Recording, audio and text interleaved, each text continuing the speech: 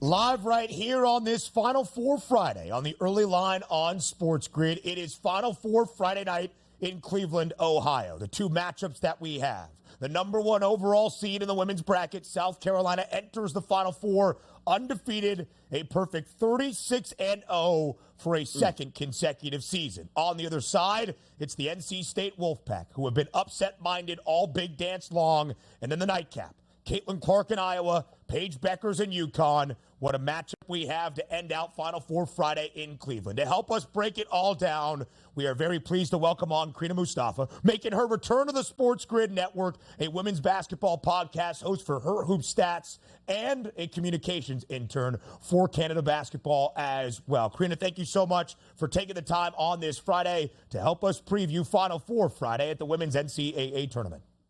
Of course. Thanks so much, Ben. I'm really happy to be back on. I'm really excited. Very glad to have you here. Crina, before we look forward, let's look back on the historic night that was Monday in the Elite Eight matchup, the game that was promised the national title rematch between LSU and Iowa, setting a new record, the most watched women's college basketball game in history, 12.3 million viewers. It has seemed as though, Crina, throughout this women's college hoop season and here into the NCAA tournament, it's been that inflection point of all that we have seen in the growth of women's college basketball reach its pinnacle, reach its peak. How would you describe the development and the growth you have seen in women's college hoops?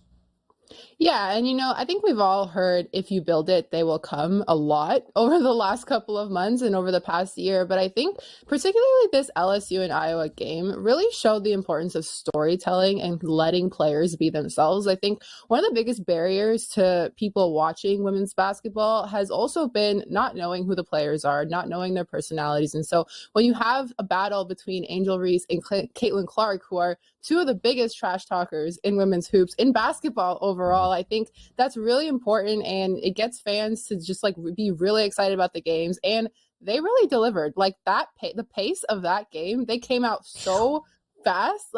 I felt like I was on the court and I was just watching. So I think just letting players be themselves has really helped with the growth of women's basketball, as we're starting to learn more and more about who these players are, and then it translates on the court as well because they play elite basketball. It's so much fun to watch, Crina, because you're watching superstars, and you can argue, and quite frankly, we'd be right to say that the women's game has more superstars than the men's game. Also taking a look at the aspect of the one-and-dones in college basketball, the G League, where the superstar players weren't even making it to college. We're seeing these girls out here and women playing for 3 to 4 years. It's been fun to watch, and also handing off of the torch. You take a look at next year, Juju is going to be probably an unbelievable superstar all by herself. Paige Bueckers electing to come back as well. The future of the women's game has never been brighter than it is now.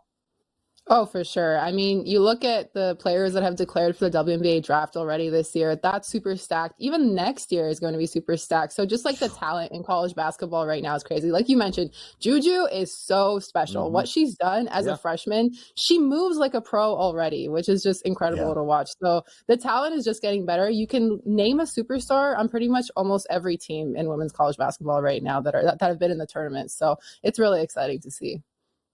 Juju Watkins for USC, 29 points, albeit in the Elite Eight defeat against Paige Bueckers and UConn, but that a D1 freshman record for the most points ever scored in a freshman season. So, Crina, let's focus on the 4 teams that have reached Cleveland, Ohio for the Final Four of the Women's Big Dance. South Carolina enters unbeaten for a second consecutive year, 4th straight trip to a Final Four under Don Staley. And you can see the Gamecocks minus 145 pre-tournament to win the Big Dance. But before, Crina, with a completely new starting 5 in large part, they were 13-1 preseason. It's crazy to say that South Carolina was outside the top 5 in terms of those national championship odds and enters undefeated 36-0. How do you describe the job that Don Staley has done throughout this college basketball season? I don't think anybody's ranking them that low again heading into the season, even if they do lose 5 starters to the pro leagues. But I mean, Don Staley has been such a staple for the South Carolina program for a really long time. And I think the key word here is development. She knew she was going to lose those players last year, but she's constantly been recruiting, constantly adding players like a Tahina Paopao, who adds the shooting that they didn't have last year, and just making sure that the players who were coming off the bench last year are ready to be in those starting roles last year, particularly Camila Cardoso, who played behind Aaliyah Boston last year. You see Malaysia Fulwiley here, who came out absolutely blasting as a freshman in that first Paris game of the season. And I think she's just done such a good job of getting players to know their roles. And I think Asia Wilson said to media the other day, this is the most bought-in team Don Staley has ever had. And I think that's a really great way to describe why they've been so dominant and undefeated this season. South Carolina is going to lead it off tonight in the women's Final Four, Crina. But again, the game of the night due to tip at 9:30 p.m. It's Connecticut and Iowa. Superstars all over the place. It's going to be great to watch this game. But from your vantage point, what is the superstar matchup going to look like for you? Yeah, I know everyone's been saying Caitlin Clark versus Paige Bueckers, and they were both kind of saying it's not just us, it's Iowa versus UConn. And I truly believe that. I think, after Iowa fell in that championship game last year, they also lost a couple of players, but they have been really solid. In fact, they have more depth than UConn right now, just because UConn's been handed a lot of injuries this year, which sucks, which makes it even more impressive how far they've made it in the tournament. But I'm really like Hannah Stolke, Kate Martin, Gabby Marshall.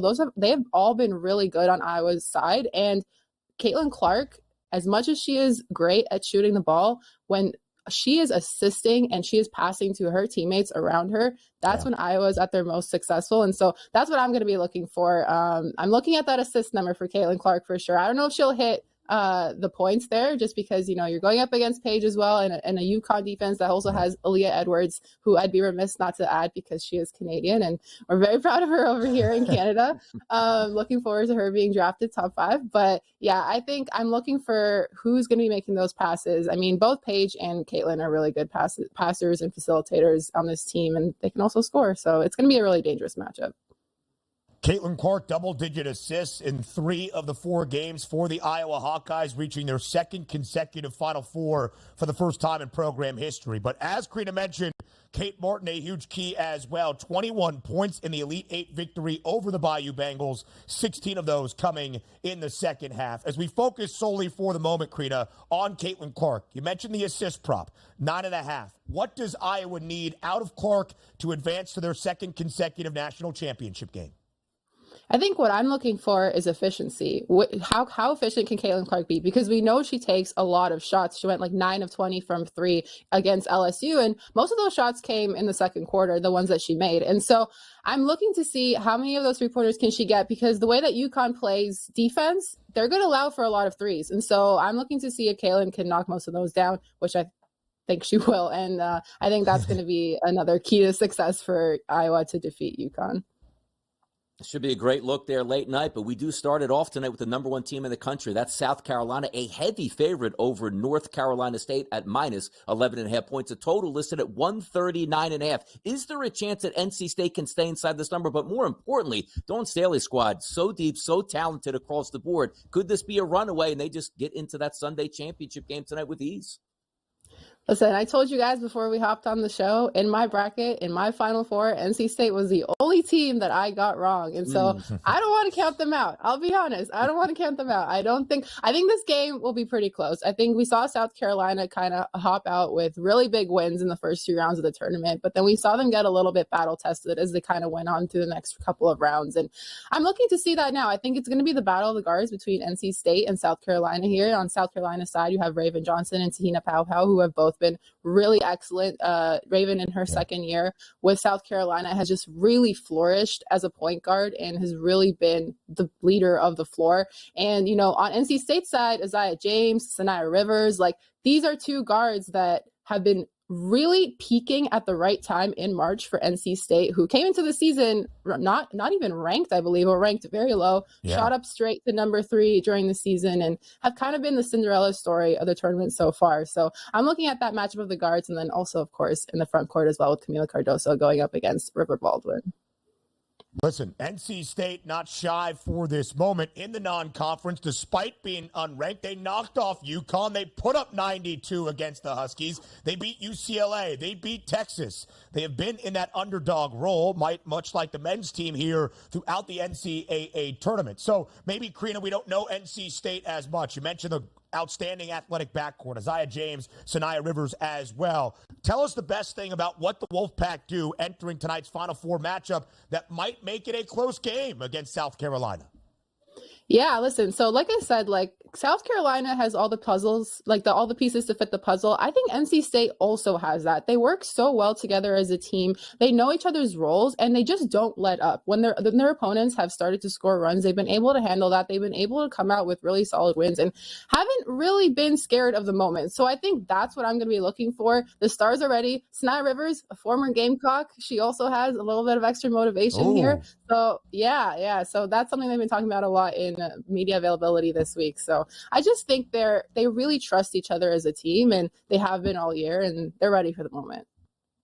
They are certainly ready for the moment. An 11.5-point underdog against the undefeated side in South Carolina. The Gamecocks enter Final Four weekend as an odds-on -210 favorite to win a national championship this year. But on the other side, Iowa at 3-1, Connecticut a 7-1 price. Crina Mustafa doing great work for her hoop stats here on this Friday on the early line on SportsGrid. Crina, enjoy this historic Final Four Friday at the Women's NCAA tournament, and thank you for being here.